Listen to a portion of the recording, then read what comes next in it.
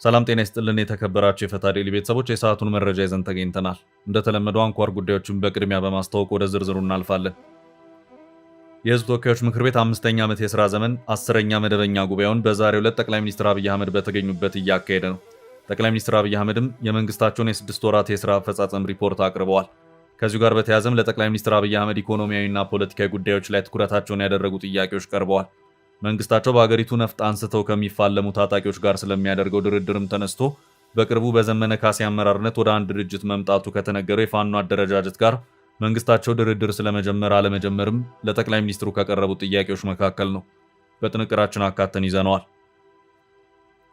የኤርትራ መንግስት ከኢትዮጵያ የዘረፋቸውን መሳሪያዎች አድሶና አደራጅቶ ለህወሓት በስጦታ መስጠቱ ተገለጸ።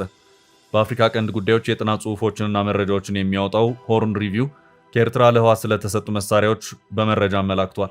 የተጠቆሙትን መሳሪያዎች ከመረጃ የምንመለከት ይሆናል። ሰሞኑን ህወሓት ከከፈታቸው ጥቃቶች ጋር በተያያዘ በራያ አካባቢ ከ60 ሺህ ሰዎች በላይ መፈናቀላቸውንና በችግር ላይ እንደሚገኙ አንድ የወጣ ዘገባ አመልክቷል። ከዚሁ ጋር በተያያዘም የምናደርሳችሁ ዕለታዊ መረጃ ይኖራል። የኢትዮጵያ አየር መንገድ ከሰሞኑ መነጋገሪያ ስለሆነው ጥቃት ይፋዊ መግለጫ ሰጥቷል። በጥቃቱ ተመተዋል ስለተባሉት 2 አውሮፕላኖቹን ማብራሪያ ሰጥቷል። ይዘነዋል። በትግራይ ክልል ዳግም ግጭት ማገርሸቱ ከተሰማ በኋላ የተቋረጠ የኢትዮጵያ አየር መንገድ በረራ ተመልሷል። ላለፉት 5 ቀናት ተቋርጦ የቆዩ የአየር ጉዞ በዛሬው ዕለት መጀመሩን ያመለከተ መረጃ ይፋ ሆኗል። ጀነራሉ ወደ አዲስ አበባ ለመቅናት ቀጠሮ ይዘዋል። መረጃውን እናደርሳለን። ኤርትራ፣ ሱዳንና ግብፅ አብረንሽ ነን ወዳሏት ሳውዲ አረቢያ የውጭ ጉዳይ ሚኒስትር ጌዲዮን ጢሞቴዎስ አምርተው መክረዋል። በአፍሪካው ቀንድ ጂኦፖለቲካ ፍትጊያ ውስጥ ከተባበሩት አረብ ኤምሬትና እስራኤል ጋር በሌላ ጎራ በመቆም በአዲስ የኃይል አስተላለፍ ውስጥ ብቅ ያለችው ሳውዲ ከኢትዮጵያ ጋር ምን መከረች የሚለውን በተመለከተ የምናደርሳችሁ መረጃ አለ። የኢትዮጵያ አበዳሪዎች በ$1 ቢሊዮን ጉዳይ ክስ ሊመሰርቱ መሆናቸው ተሰምቷል። መንግስት ለድርድር እየተዘጋጀ ባለበት ጉዳይ ወደ ህግ ሊያመራ መሆኑን ሮይተርስ አስነብቧል። ዝርዝር መረጃውን ከጥንቅራችን ይሰማሉ። እስከ ፍጻሜ አብራችሁን ቆዩ። የምንለቃቸው ዕለታዊ ትኩስ ዜናዎች እንዲደርሷችሁ ላይክ፣ ሼር፣ ሰብስክራይብ ማድረግ እንዳትረሱ። ድርድር ከነዘመነ ካሴ ጋር ለጠቅላዩ ዛሬ ቀረበው። የሕዝብ ተወካዮች ምክር ቤት 5ኛ ዓመት የሥራ ዘመን 10ኛ መደበኛ ጉባኤውን በዛሬው ዕለት ጠቅላይ ሚኒስትር አብይ አህመድ በተገኙበት እያካሄደ ነው። ጠቅላይ ሚኒስትር አብይ አህመድም የመንግስታቸውን የ6 ወራት የሥራ አፈጻጸም ሪፖርት አቅርበዋል። የምክር ቤቱ አባላትም ለጠቅላይ ሚኒስትሩ የተለያዩ ኢኮኖሚያዊና ፖለቲካዊ ጉዳዮች ላይ ያተኮሩ ጥያቄዎችን አቅርበዋል። ጥያቄዎቹ በዋነኝነት በመጪው ግንቦት ወር ከሚካሄደው ሀገራዊ ምርጫ ጋር፣ የባህር በር፣ ሰላምና ጸጥታ፣ የተፈናቃዮች ሁኔታ፣ ህወሓት፣ የሀገራዊ ምክክር ኮሚሽንን የሚመለከቱ ሆነዋል። የአማራ ብሔራዊ ንቅናቄ አብን ተወካይ አበባው ደሳለው ለጠቅላይ ሚኒስትሩ ባነሱት ጥያቄ ሀገሪቱን የኢኮኖሚ ችግር ከሚያባብሱ ጉዳዮች መካከል ዋነኛው በሀገሪቱ ያለው የሰላምና የጸጥታ ችግር አለመቀረፍ ነው ሲሉ አስተያየታቸውን ሰጥተዋል። ይህንን ለመቅረፍም የምክር ቤት አባላቱ ለ3 ዓመታት ውትወታ ሲያደርግ እንደነበር ቢከርምም ምንም አይነት ለውጥ አለመምጣቱ እንዲሁም መንግስት ከተለያዩ የታጠቁ አካላት ጋር ድርድር እያደረግኩ ነው ቢልም ተጨባጭ ለውጥ አምጥቷል ወይ ሲሉም ጠይቀዋል። በተጨማሪ መንግስት አፈንግጠው ከሚወጡ ታጣቂዎች ጋር ከመደራደር ይልቅ በርካታ የጦር ሰራዊት ካላቸው ታጣቂዎች ጋር እውነተኛ ድርድር የማያደርገው ለምንድን ነው ሲሉም ተወካዩ አክለዋል። ተወካዩ በዚሁ አስተያየት አዘል ጥያቄያቸውም እውነተኛ ድርድር እንዲደረግ፣ የፖለቲካና የህሊና እስረኞች እንዲፈቱ፣ የንጹሐን ጥቃት እንዲቆም ላለፉት 3 ዓመታት ወትውተናል። ምንም እንኳን መንግስት ከኦሮሚያ ታጣቂዎች ጋር በቅርቡ ደግሞ በአማራ ክልል መንግስት ከሚንቀሳቀሱ የታጣቂ መሪዎች ጋር ድርድር አደረግኩ ቢልም ምንም የተሻሻለ የሰላም ሁኔታ እንደሌለ ነዋሪዎች ይገልጻሉ። አፋብን ወይም የአማራ ብሔራዊ ንቅናቄ የሚል መጠሪያ ያለው 15 አመራሮችን የያዘ ድርጅት የአማራ ክልል ታጣቂዎች መስርተናል እያሉ ባሉበት ወቅት መንግስት በአንጻሩ ከድርጅት አግደናቸዋል ከሚላቸው ኃይሎች ጋር ድርድር ላይ መሆኑ ለሰላሙ ምን ያህል ይጠቅማል? አዲስ ከሚጠራው አፋብን ተብሎ ከሚጠራው ድርጅት ጋርስ መንግስት ድርድር ጀምሯል ወይ? እውነተኛ ሰላም ከተፈለገ መንግስት አፈንግጠው ከሚወጡ ታጣቂዎች ጋር ከመደራደር ለምንድን ነው ብዙ ጦር ሰራዊት ካላቸውና በአግባቡ ከተደራጁ ታጣቂዎች ጋር እውነተኛ ድርድር አድርጎ ለሀገራችን ሰላምን የማያጎናጽፈው ለምንድን ነው ሲሉ ጠይቀዋል። ተወካዩ መንግስት አፋብን ወይም የአማራ ብሔራዊ ንቅናቄ የሚል መጠሪያ ያለው 15 አመራሮችን የያዘ ድርጅት ሲሉ የጠሩት በዘመነ ካሴ እንደሚመራ የሚነገረውን አዲሱን የፋኖ ኃይሎች አደረጃጀት ነው። ጠቅላይ ሚኒስትር አብይ አህመድ ማብራሪያቸውን መስጠት የጀመሩት በኢኮኖሚያዊ ጉዳዮች ስለሆነ በዚህ ዙሪያ ያለውን የእሳቸውን ምላሽ ማካተት አልቻልንም። በምሽቱ ጥንቅራችን ምላሻቸውን አካተን እንይዛለን። አፋብን ወይም አማራ ፋኖ ብሔራዊ ንቅናቄ የሚል መጠሪያ ያለው 15 አመራሮችን የያዘ ድርጅት አማራ ክልል ያሉ ታጣቂዎች መስርተናል እያሉ ባሉበት ወቅት መንግስት ደግሞ እነዚህ ኃይሎች ከድርድር አግደናቸዋል ከሚሏቸው ኃይሎች ጋር ድርድር ላይ መሆኑ ለሰላሙ ምን ያክል ይጠቅማል? አዲስ ከተመሰረተው አፋብን ተብሎ ከሚጠራው ድርጅት ጋር መንግስት ድርድር ጀምሯል ወይ? እውነተኛ ሰላም እንዲመጣ ከተፈለገ መንግስት አፈንግጠው ከሚወጡ ታጣቂዎች ጋር ከመደራደር ለምንድን ነው ብዙ ጦር ሰራዊት ካላቸውና በአግባቡ ከተደራጁ ታጣቂዎች ጋር እውነተኛ ድርድር አድርገው ለሀገራችን ሰላም የማያጎናጽፈው? ህዳሴን ካለ አንድ ብር እርዳታ ካለ አንድ ብር ብድር ያሳካ መንግስትና ህዝብ ፕሮጀክት አይሰራም ሊባልማ አይችልም፣ ግፍ ነው። ከዚህም በተጨማሪ የባህር በር የልማት ሀገራዊ ምክክርና ምርጫን በተመለከተ መንግስት ያለ ሰላም እንዴት ለማሳካት አሰበ የሚሉ ጥያቄዎችን ለጠቅላይ ሚኒስትሩ ሰንዝረዋል። የተፈናቀሉ ዜጎችን ወደ ቀያቸው ለመመለስ ምን እየተሰራ ነው? ህወሓት የተፈናቀሉ ዜጎችን ለፖለቲካ ዓላማ የማዋል ሴራ እንዴት ይታያል? የቀድሞ ታጣቂዎችን ለማቋቋምና ወደ ሰላማዊ ኑሮ ለመመለስ ምን እየተሰራ ነው? የሚሉ ጥያቄዎችም ቀርበዋል።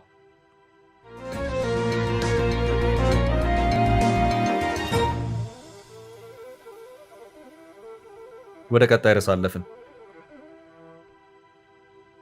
ኤርትራ ለህወሓት ያቀበለቻቸው ትጥቆች ዝርዝር። የኤርትራ መንግስት በኢትዮጵያ ታጣቂዎችን በማስታጠቅ የእጅ አዙር ጦርነት ስለመከወኑ ይነገራል። ከሰሞኑ ጥረት ባየለበት በሰሜኑ ክፍል አስመራ ለህወሓት መሳሪያ ስለመስጠቷ ከብዙ የመረጃ ምንጮች ሲገለጽ ይሰማል። ህወሓትና ኤርትራ በመሰረቱት ጽምዶ በኩል ህወሓት ስለተቀበለው መሳሪያ ለየት ያለ መረጃ ከአንድ ሪፖርት ተሰምቷል። በአፍሪካ ቀንድ ጉዳዮች የጥናት ጽሑፎችንና መረጃዎችን የሚያወጣው ሆርን ሪቪው ከኤርትራ ለህወሓት ስለተሰጡ መሳሪያዎች ዝርዝር መረጃ አመላክቷል። የሆርን ሪቪው አጥኚ ወይም ሪሰርቸር የሆኑት ርብቃ ሙሉጌታ ባሰናዱትና የባህር ላይ እገዳ የኤርትራ የባህር ኃይል ኦፕሬሽን እና የጦር መሳሪያ ግዢ በተሰኘ ጽሑፍ የኤርትራ መንግስት ከኢትዮጵያ የዘረፋቸው መሳሪያዎች አድሶና አደራጅቶ ለህወሓት በስጦታ መስጠቱን ገልጸዋል። የኤርትራ ኃይሎች በሁለት ዓመቱ የሰሜኑ ጦርነት ወቅት የኢትዮጵያ መከላከያ የመሳሪያ ማከማቻ ላይ ዘረፋ መፈጸማቸው ተገልጿል። እንደ ሆርን ሪቪው ጽሑፍ በ10 ሺዎች የሚመዘኑ የጦር መሳሪያዎችን የኤርትራ ጦር ወስዷል። የጦር መሳሪያዎቹ ወደ ኤርትራ የተወሰዱ ሲሆን ባልታወቀ ስፍራ ታድሰው አሁን ላይ ለህወሓት ገጸ በረከት ሆነው ተሰጥተዋል። በጽሑፍ ከኢትዮጵያ ተዘርፈው ወደ ኤርትራ ተወስደውና ታድሰው ለህወሓት ከተሰጡ መሳሪያዎች መካከል ሶቪየት ሰራሽ የጦር ሜዳ ቲ72 ታንኮች፣ ቢኤም 21 የሚሰኙ በመለስተኛ የጭነት መኪኖች ላይ የሚገጠሙ የሮኬት ማስወንጨፊያዎች እንዲሁም ዲ30 የሚሰኙ የረጅም ርቀት መድፎች እንደሚገኙበት ተገልጿል። እነዚህ መሳሪያዎች በትግራይ ከፌዴራልና ከህወሓት የመሳሪያ ማከማቻዎች ወደ ኤርትራ የተወሰዱና እስካሁን የት እንደነበሩ ደብዛቸው የማይታወቅ መሆኑ ተጠቅሷል። አሁን ላይ ለህወሓት የሚሊሻ ኃይሎች እነዚህ መሳሪያዎች ታድሰው በስጦታ መተላለፋቸውን ነው መረጃ የጠቀሰው። ኤርትራ በኢትዮጵያ መሳሪያ ኢትዮጵያን በእጅ አዙር እየወጋች መሆኑን የተመላከተው በሰሜኑ ጦርነት ዓመታት የኤርትራ ጦር በተደራጀና በታቀደ መልኩ ከፍተኛ ዘረፋ ማካሄዱን ከዚህ ቀደም ዘሴንትር የተሰኘ አጥኚ መግለጹ እዚህ ይታወሳል። የአሁኑ የሆር ሪቪው ዘገባ ይህንን ያጠናከረና ዘረፋው ከኢንዱስትሪያል መሳሪያዎች አልፎ የጦር መሳሪያ እንደነበረ ያመለከተ ነው። የሆርን ሪቪው ጽሑፍ የኤርትራ የባህር ኃይል ራሱን ለማስታጠቅ የባህር ዘረፋ ላይ ስለመሰማራቱ ያነሳል። የኤርትራ ባህር ኃይል ቀይ ባህርን የመቃኘት ስራውን ወደ ዘረፋ መቀየሩን ነው የገለጸው። የባህር ኃይሉ የሲቪሊያንና የንግድ መርከቦችን ጀልባዎች በመያዝና በመበለት ራሱን ያስታጥቃል ተብሏል። በዚህም የራዳር ቁሶችን፣ የጂፒኤስ ስርዓቶችንና የጀልባ መርከብ ሞተሮችና አንቀሳቃሾችን በማሰባሰብ የራሱን አቅም እያጠናከረ ስለመሆኑ ተመላክቷል። የኤርትራ ባህር ኃይል በአዘርባይጃን የንግድ መርከብ ላይ ያደረሰው የ2024 ጥቃት እንደ ማስረጃም ቀርቧል። እንዲሁም የየመን አሳ አጥማጆች ላይ ባህር ኃይሉ የሚወስደው እርምጃ ተመላክቷል። ኤርትራ በኢራን ድጋፍም የኢትዮጵያን የባህር በር አክሰስ ፍላጎት ለመግታት እየተዘጋጀች ስለመሆኑ ጽሑፍ ይገልጻል። በቀጣይ ርዕሳችን በህወሓት ታጣቂዎች ጥቃት ከ60 ሺህ በላይ ሰዎች ተፈናቀሉ። ሰሞኑን የህወሓት ታጣቂዎች በሰሜን ምዕራብና በሰሜን ምስራቅ አቅጣጫ በጠለምትና ራያ መስመር ከከፈቷቸው ጥቃቶች ጋር በተያያዘ በራያ አላማጣ አካባቢ የተፈናቀሉ የአካባቢው ነዋሪዎች ቁጥር ከ60 ሺህ በላይ ደረሰ መሆኑ ታወቀ። ዶቼ ቬለ ባሰራጨው ዘገባው ጦርነትን በመሸሽ ከአላማጣ ከተማ፣ ራያ ባላ፣ ኮረምና ዛታ ወረዳዎች የተፈናቀሉ ሰዎች ቁጥር ከ60 ሺህ በላይ ደረሰ መሆኑን አመላክቷል። ዘገባው አክሎም ተፈናቃዮቹ በአብዛኛው በቆቦ ከተማ ከማህበረሰቡ ጋር የተጠለሉ መሆኑን አመልክቶ ባለፉት 5 ቀናት ምንም አይነት ሰብአዊ ድጋፍ አልቀረበልንም በማለት ቅሬታቸውን ያቀረቡ መሆኑን ዘገባው አክሎ አመልክቷል። የሰሜን ወሎ ዞን አደጋ መከላከልና ስራ አመራር ተጠሪ ጽህፈት ቤት ኃላፊ አቶ አለሙ ይመር ለዶቼ ቬለ በሰጡት ማብራሪያ በርካታ ሰዎች መፈናቀላቸውን ገልጾ ተፈናቃዩን በመጠለያ ጣቢያ ማሰባሰብ ስላልተቻለ ከማህበረሰቡ ጋር እንዲቆዩ ተደርጓል ሲሉ ተናግረዋል። ኃላፊው በዚሁ ማብራሪያቸውም ብዙ ሰው ነው የተፈናቀለው፣ ከ60 ሺህ እስከ 70 ሺህ ይደርሳሉ። አሁን እንደ ጥቅል የሶስቱን ስትደምረው ከዚህ አያንስም። ከራያ አላማጣ፣ ከራያ ባላ፣ ኮረም፣ ዛታ የመጡ ናቸው ሲሉ ተናግረዋል። ተፈናቃዮቹ ከቆቦና አካባቢው ባለፈም እስከ ወልዲያም ድረስ በደረሰ መልኩ ተፈናቅለው የሚገኙ መሆኑን ያመለከተው ዶቼ ቬለ እስካሁን ባለው ሁኔታ ምንም አይነት ለዕለት ደራሽ እርዳታ ያልቀረበልን በመሆኑ ችግር ላይ ነን ሲሉ ማስታወቃቸውን በዘገባው አካቷል። ከአላማጣ ከተማ ራያ አላማጣ፣ ኮረም፣ ዛታ ወረዳዎች ተፈናቅለው አላማጣ ከተማ ብቻ የገቡት ተፈናቃዮች 32000 ይደርሳሉም ተብሏል። የሰሜን ወሎ ዞን አደጋ መከላከልና ስራ አመራር ተጠሪ ጽሕፈት ቤት የተፈናቃዮቹን ትክክለኛ መረጃ ለማግኘት በአካባቢው ያለ ታጣቂዎች እንቅስቃሴ አስቸጋሪ በመሆኑ ስራችንን በተገቢው መንገድ ለመተግበር አልቻልንም ማለቱን ዘገባው አክሏል። አካባቢው ለ2 ዓመታት በፌዴራል መንግስት ኃይሎች በኮማንድ ፖስት ስር የቆየ ቢሆንም የሀገር መከላከያ ሰራዊትና በፌዴራል ፖሊስ ባሳለፍነው ሳምንት አካባቢውን ለቀው ከመውጣታቸው ጋር ተያይዞ በርካቶች በታጣቂዎች ሊደርስብን ይችላል ከሚሉት እንግልት ለመራቅ አካባቢያቸውን ትቶ እንደተሰደዱም በዘገባው ተመላክቷል። አብዛኛው ተፈናቃይ በግብርና ስራ የሚተዳደር ከመሆኑ ጋር ተያይዞ የዕለት ገቢ ስለሌለው በተፈናቀሉበት ቆቦ ከተማ በአስቸጋሪ ሁኔታ ውስጥ ይገኛሉ የሚሉት አቶ ጥላሁን ተፈራ በተለይም ስራ የሌላቸው የሌሎቹን ድጋፍ ካሁኑ እየጠየቁ ነው ይላሉ። ተርቧል፣ ቁርስ እያሉ እየጠየቁ ነው። በጣም ተቸግረዋል። በጣም ነው ያዘንኩት። ስራ የሌለው ሰው አለ። አብዛኛው የኛ ማህበረሰብ በግብርና ነው የሚተዳደረው። እዚህ መጥቶ ምንም ሰርቶ መብላት አይችልም ብለዋል። ወደ ቀጣይ መረጃ አለፍን። በውጊያው የተቋረጠው በረራ ተጀመረ። ተጠባቂው የጀነራሉ ጉዞ። በትግራይ ክልል ዳግም ግጭት ማገርሸቱ ከተሰማ በኋላ የተቋረጠ የኢትዮጵያ አየር መንገድ በረራ ተመልሷል። ላለፉት 5 ቀናት ተቋርጦ የቆዩ የአየር ጉዞ በዛሬው ዕለት መጀመሩን ያመለከተ መረጃ ይፋ ሆኗል። በፌዴራል መንግስትና በትግራይ ኃይሎች መካከል ግጭት መነሳቱ ከተሰማ በኋላ የኢትዮጵያ አየር መንገድ ወደ ክልሉ የሚያደርጋቸው በረራዎች ካለፈው ሳምንት ሐሙስ ዕለት አንስቶ ተቋርጠዋል። ቢቢሲ እንዲሁም ኢትዮጵያ ኢንሳይደር ባስነበቡ ዘገባዎቻቸው ወደ ክልሉ የተቋረጠው በረራ መመለሱን ጠቁመዋል። ከዚህ ቀደም የኢትዮጵያ አየር መንገድ በክልሉ ጦርነት በነበረበት ወቅት በረራዎችን አቋርጦ እንደነበር ይታወሳል። በሰኔ 2013 ዓ.ም የትግራይ ኃይሎች መቀለን ከተቆጣጠሩ በኋላ ወደ ክልሉ የሚደረጉ በረራዎች ለ18 ወራት ተቋርጠው በታህሳስ 2015 ዓ.ም ነበር ዳግም የተጀመሩት። ባለፈው ሳምንት ዳግም የተቋረጠ የክልሉ አየር ጉዞ በዛሬው ዕለት ተጀምሯል። በመቀለ ከተማ የሚገኘው ድሪም የአውሮፕላን ትኬት መሸጫ ቢሮ ለዛሬ ማክሰኞ 8 በረራዎች እንዳሉ ተገልጾላቸው ሽያጭ ሲያከናውን መዋሉን የተመላከተው። ለዛሬ በረራዎች የተዘጋጁ ሁሉም ትኬቶች ተሽጠው ማለቃቸውን የገለጸው ድርጅቱ ለረቡዕ ጉዞ የሚሆኑ ትኬቶችን እንዲሁ ለሽያጭ እንደሚያቀርቡ አመልክቷል። ከአክሱም ወደ አዲስ አበባ የሚደረግ የመንገደኞች በረራ እንደሚኖር ከአየር መንገዱ መልእክት እንደደረሳቸው ስማቸው እንዳይጠቀስ የፈለገው አንድ የአዲስ አበባ ከተማ ነዋሪ ለኢትዮጵያ ኢንሳይደር ተናግረዋል። እኚሁ ግለሰብ እናታቸው ከ15 ቀናት በፊት ለሰርግ ወደ አክሱም ከተማ መጓዛቸውንና በመጪው የካቲት 5 ለመመለስ ትኬት ቆርጠው እንደነበር አስታውሰዋል። ሆኖም ወደ ትግራይ ከተሞች የሚደረገው በረራ መቋረጡን ተከትሎ ከዚህ በፊት በሰሜን ኢትዮጵያ የነበረውን አይነት ጦርነት ከተጀመረ ከእናታችን ጋር ተለያይተን ልንቀር ነው በሚል ስጋት ምክንያት መላው ቤተሰብ ጭንቀት ላይ ወድቆ እንደነበር ግለሰቡ አስረድተዋል። በዚህ ምክንያት አየር መንገዱ በረራ ድንገት ከተጀመረ የጉዞ ማስተካከያ ለማድረግ ወስነው በየቀኑ ክትትል ሲያደርጉ መቆየታቸውን አስረድተዋል። በተያያዘም የበረራ መለያው ኢቲ 100 የሆነ አንድ ቦይንግ 737 ማክስ አውሮፕላን ከአዲስ አበባ ተነስቶ መቀለ አሉላ አባ ነጋ ኤርፖርት ከጠዋቱ 1 ሰዓት ከ49 ላይ ማረፉን ያመለከተ መረጃ ይፋ ሆኗል። የኢትዮጵያ አየር መንገድ ወደ ትግራይ ከተሞች በረራ ያቋረጠበትን ምክንያት እስካሁን በይፋ አልገለጸም። በሌላ መረጃ የኢትዮጵያ አየር መንገድ ስለ አነጋጋሪው ጥቃት ማብራሪያ ሰጠ። የኢትዮጵያ አየር መንገድ ከሰሞኑ መነጋገሪያ ስለሆነው ጥቃት ይፋዊ መግለጫ ሰጥቷል። በጥቃቱ ተመትተዋል ስለተባሉት 2 አውሮፕላኖችም ማብራሪያ ሰጥቷል። ባለፈው ሳምንት ረቡዕ ለሐሙስ አጥቢያ ምሽት ላይ በኒጀር ታጣቂዎች የሽብር ጥቃት መፈጸሙ ይታወቃል። በዋና ከተማዋ ኒያሚ በሚገኘው ዓለም አቀፍ አየር ማረፊያ አቅራቢያ በተፈጸመው በዚህ ጥቃት 2 የኢትዮጵያ አየር መንገድ ንብረት የሆኑ አውሮፕላኖች መመታታቸውን ያመለከተ መረጃ በስፋት ሲያነጋግር ቆይቷል። ታጣቂዎቹ በወቅቱ ዋነኛ ኢላማቸው የነበረው ከአየር ማረፊያው አቅራቢያ የሚገኘው የአገሪቱ የአየር ኃይል ጦር ሰፈር እንደነበር ተዘግቧል። ታጣቂዎቹ ወደ ስፍራ ያቀኑት በሞተር ሳይክል ላይ በመሆን እና ከባድ መሳሪያዎችንና ተቀጣጣይ ቦምቦችን በመያዝ ሲሆን ከደረሱ በኋላም ከኒጀር ወታደሮች ጋር ተኩስ ገጥመዋል። የተኩስ ልውጡን ተከትሎ ከመንግስት ወታደሮች ቢያንስ 4 ያህል ሲገደሉ ከታጣቂዎቹ በኩል ደግሞ 20 መገደላቸውንና ሌሎች 11 በቁጥጥር ስር መዋላቸው ተገልጿል። በዚህ የተኩስ ልውጥ መሃል ታጣቂዎቹ በአየር ኃይሉ ጦር ሰፈር የሚገኘውን ጦር መሳሪያ መጋዘን ከማቃጠላቸውም በላይ ቁጥራቸው በውል ያልተገለጹ የጦር አውሮፕላኖችንም አውድመዋል። ይህ ጉዳት ከአየር ኃይሉ ጦር ሰፈር አጠገብ በሚገኘው አየር ማረፊያ ውስጥ በነበሩ አውሮፕላኖችም ላይ ውድመትን ያደረሰ ሆኗል። ታጣቂዎቹ የያዙትን ተቀጣጣይ ፈንጅ ወደ አየር ማረፊያ ውስጥ በመወርወር እዚያው ቆመው የነበሩ 3 አውሮፕላኖችን መትተዋል። ከእነዚህ 3 አውሮፕላኖች ውስጥ 2ቱ የኢትዮጵያ አየር መንገድ ንብረት መሆናቸውን ጥቃቱን ተከትሎ ይፋ የሆኑ ዘገባዎች አመልክተዋል። በጥቃቱ ተመተው ከጥቅም ውጭ የሆኑት እነዚህ አውሮፕላኖች አንደኛው ቦይንግ 737 ማክስ 8 የምዝገባ ቁጥሩ ኢቲቢቢቢ ሲሆን ሁለተኛው ደግሞ በቁጥር ኢቲቢኤኤች የተመዘገቡ ቦይንግ 737-800 አውሮፕላኖች ናቸው። በተለይ ኢቲቢቢቢ ገና ዕድሜው 3 ዓመት የሆነ አዲስ አውሮፕላን እንደነበር ፍላይት ራዳር 24 አስታውቋል።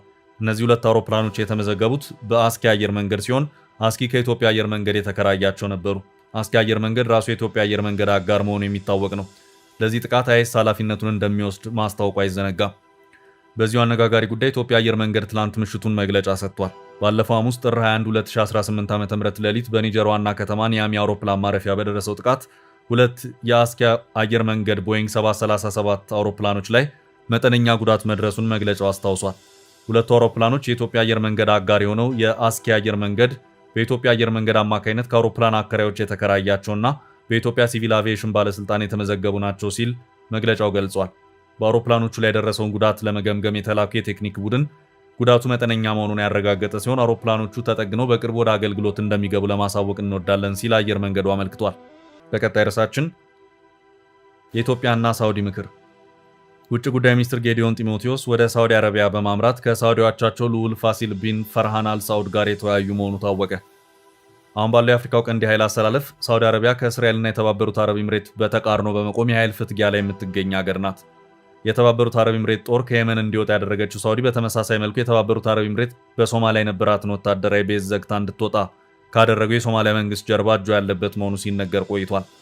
እስራኤል ለሶማሌላንድ ሀገራዊ እውቅና መስጠቷን ተከትሎ ጠበቅ ያለ ተቃውሟቸውን ካሰሙት ሀገራት መካከል ሳውዲ አንዷ ስትሆን ከሶማሊያ ጋር ያላትንም ግንኙነት ጠበቅ በማድረግ የአፍሪካውን ቀንድ በተመለከተ የኃይል አሰላለፏን ከቱርክ፣ ግብጽ እና ኳታር ጋር አድርጋለች።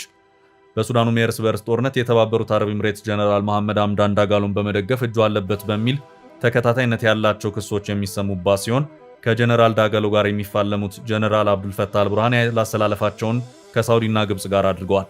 ኤርትራም የተባበሩት አረብ ኤምሬትን በመኮነን አካሄዴ ከሳውዲ ጋር ነው ያለችው ሲሆን ፕሬዝዳንት ኢሳያስ ሆኖ የሱዳኑ ጀነራል አብዱልፈታህ አልቡርሃን ወደ ሳውዲ ሪያድ በማምራት ከሳውዲ ባለስልጣናት ጋር ሲመክሩም ታይተዋል። አሁን ደግሞ የውጭ ጉዳይ ሚኒስትር ጌዲዮን ጢሞቴዎስ በትላንትናው ዕለት ወደ ሳውዲ አምርተው ከሳውዲ የውጭ ጉዳይ ሚኒስትር ልዑል ፋሲል ቢን ፈርሃን አል ሳውድ ጋር የመከሩ መሆኑን ከውጭ ጉዳይ ሚኒስቴር በኩል የወጣው መረጃ አመልክቷል። በውይይቱ ወቅት ሁለቱ ሚኒስትሮች በሁለቱ ሀገራት መካከል ያለውን የሁለትዮሽ ግንኙነት የበለጠ ለማጠናከር እንዲሁም በባለብዙ ወገን የዲፕሎማሲ ግንኙነት ማዕቀፍ ውስጥ ባሉ የጋራ ጥቅም ጉዳዮች ላይ ሀሳቦችን እንደተለዋወጡም ይሄው የውጭ ጉዳይ ሚኒስቴር መረጃ አክሏል። ከዚህ በተጨማሪ ቀጠናዊ ሰላምና የደህንነት ጉዳዮች ላይ ውይይት አድርገዋልም ተብሏል። ወደ ቀጣይ መረጃ አለፍን። የመንግስት ድርድር አጣብቂኝ ውስጥ ገባ። የኢትዮጵያ አበዳሪዎች በ1 ቢሊዮን ዶላር ጉዳይ ክስ ሊመሰርቱ መሆናቸው ተሰምቷል። መንግስት ለድርድር እየተዘጋጀ ባለበት ጉዳይ ወደ ህግ ሊያመራ መሆኑን ሮይተርስ አስነብቧል። ኢትዮጵያ ባለፈው ወር ከግል አበዳሪዎቿ ጋር የ1 ቢሊዮን ዶላር ቦንዱን ወደ 850 ሚሊዮን ዶላር ዝቅ ለማድረግና ቀሪውን በ2029 ለመክፈል መርህ ደረጃ ስምምነት ላይ ደርሳ ነበር። ይሁን እንጂ ባለፈው ሳምንት የኢትዮጵያ ገንዘብ ሚኒስቴር እንደገለጸው መንግስታዊ አበዳሪዎች ይህ ስምምነት ከእነርሱ ጋር ከተደረገው የብድር ሽግሽግ ጋር እኩልነት የለውም በሚል ተቃውመውታል። መንግስታዊ አበዳሪዎቹ እንደሚሉት የኢትዮጵያ ወደፊት የማክሮ ኢኮኖሚ ተስፋ መልካም በመሆኑ የግል አበዳሪዎች የሰጡት የዕዳ ቅናሽ በጣም አነስተኛ ነው። በተለይም የኢትዮጵያ የቡናና የወርቅ ወጪ ንግድ እያደገ መምጣቱ አበዳሪዎቹ ለኢትዮጵያ የሚያደርጉትን የዕዳ ቅናሽ መጠን እንዲቀንሱ ወይም ኢትዮጵያ የበለጠ እንድትከፍል ግፊት እንዲያደርጉ ምክንያት ሆኗቸዋል። እንደ ቪአር ካፒታል እና ፋርሎን ካፒታል ያሉ ግዙፍ የፋይናንስ ተቋማትን ያቀፈው የግል አበዳሪዎች ኮሚቴ የመንግስታቱ አበዳሪዎች አቋም ፍጹም ምክንያታዊነት የጎደለው ነው ብሏል። ኮሚቴው በሰጠው መግለጫ ከዚህ በላይ ምንም አማራጭ ስለሌለን በለንደን ፍርድ ቤት በኩል ክፍያችንን ለማስከበር የህግ እርምጃ ለመውሰድ ተገደናል ሲል አስታውቋል። ይህ ሂደት የብድር ሽግሽግ ሂደቱን ይበልጥ ግልጽ ያልሆነና የማይገመት እንዲሆን አድርጎታል ሲሉ አበዳሪዎቹ ወቅሰዋል። የህግ እርምጃው ለወራት ሊራዘም የሚችል ሲሆን ይህም ኢትዮጵያ ከሌሎች አበዳሪዎች ጋር የምታደርገውን ድርድር ይበልጥ ሊያወሳስበው ይችላል ነው የተባለው። በሌላ በኩል ዴት ጀስቲስ የተሰኘው የብሪታንያ ግብረሰናይ ድርጅት መንግስታዊ አበዳሪዎች ስምምነቱን ውድቅ ማድረጋቸው ተገቢ መሆኑን ገልጾ የግል አበዳሪዎች የጠየቁት ክፍያ የኢትዮጵያን መሰረታዊ አገልግሎቶች አደጋ ላይ የሚጥል ነበር ሲል ተችቷል። በአጠቃላይ ኢትዮጵያ በወጪ ንግድ እያሳየች ያለው መሻሻል በአበዳሪዎች መካከል ማን የበለጠ ቅናሽ ያድርግ የሚል ሽኩቻ በመፍጠር የህግ ውዝግብ ማስከተሉን የተመላከተው ጉዳዩ ወደ ህግ ሊያመራ መሆኑ የተገለጸው ከቀናት በፊት የኢትዮጵያ መንግስት ለድርድር ዝግጁ መሆኑን ካሳወቀ በኋላ ነው። መንግስት የጎርጎሮሳውያኑን የ2024 የቦንድ ክፍያ ሽግሽግን የፋይናንስ ውሎች በተመለከተ ውይይቱን ለመቀጠል አሁን ካለው የቦንድ ባለቤቶች ኮሚቴ ጋር ዳግም ግንኙነት እንደሚጀምር በይፋ መግለጫው ማሳወቁ አይዘነጋም። ውድ ቤተሰቦቻችን ለዛሬ ያዝንላችሁን ርዕሰ ጉዳዮች እዚህ ላይ ቋጨን። ላይክ፣ ሼር እና ኮሜንት በማድረግ ለቻናላችን ድጋፋችሁን መግለጽ እንዳትዘነጉ።